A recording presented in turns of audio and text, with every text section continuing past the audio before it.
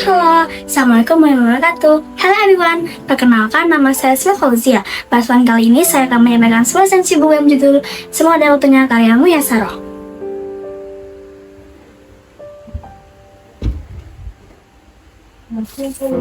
Buku ini diterbitkan oleh Syama Publishing pada tahun 2022. Memiliki total halaman dan masuk dalam buku Islam dan pengembangan diri.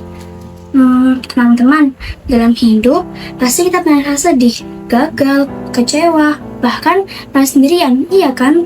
Terkadang kita bertanya, kenapa masalah selalu datang? Ini, itu, semua masalah. Terus, bahagianya kapan coba? Nah, melalui buku ini, sang penulis mencoba untuk menjawab kisah tersebut dengan kalimat yang menggunakan hati. Buku ini berisikan tentang motivasi kehidupan. Di antaranya satu, bagaimana cara menghadapi masalah. Yang kedua, menciptakan rasa bahagia. Dan yang ketiga, tips agar selalu bisa membayar dari semua keadaan di hidup kita.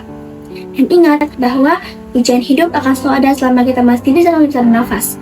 Namun, sabar menjadi salah satu kunci utama untuk menjalaninya. Seperti saudara Rasulullah SAW yang berbunyi, Innallaha ma'as sabirin, yang artinya, sesungguhnya Allah bersama orang-orang yang bersabar.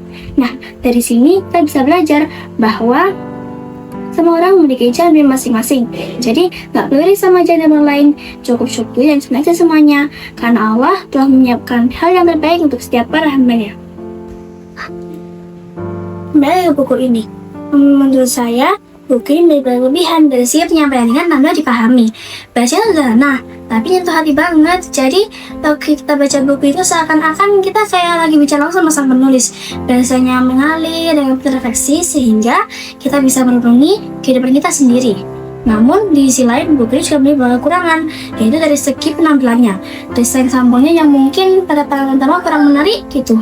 Terus video juga cukup kecil, membuat mata sakit jika video terlalu lama. Namun, kekurangan buku ini tidak berpengaruh pada isi dan pesan penting yang terkandung di dalamnya.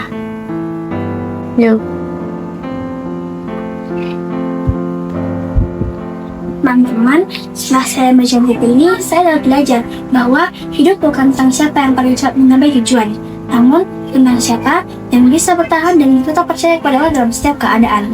Memang sih, hidup memang gak selalu mudah. Ada luka, kecewa, bahkan air mata yang harus kita lewati. Namun yakinlah bahwa semua itu mengajarkan kepada kita untuk menjadi pribadi yang lebih kuat dan yang bersabar. Secara keseluruhan, buku ini adalah buku yang cocok dibaca untuk semua orang.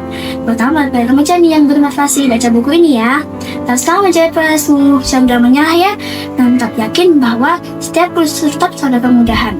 Saya Sylvia Fauzia, sampai undur diri. See you next time. Bye-bye. Berakhir, Assalamualaikum warahmatullahi wabarakatuh. Salam literasi.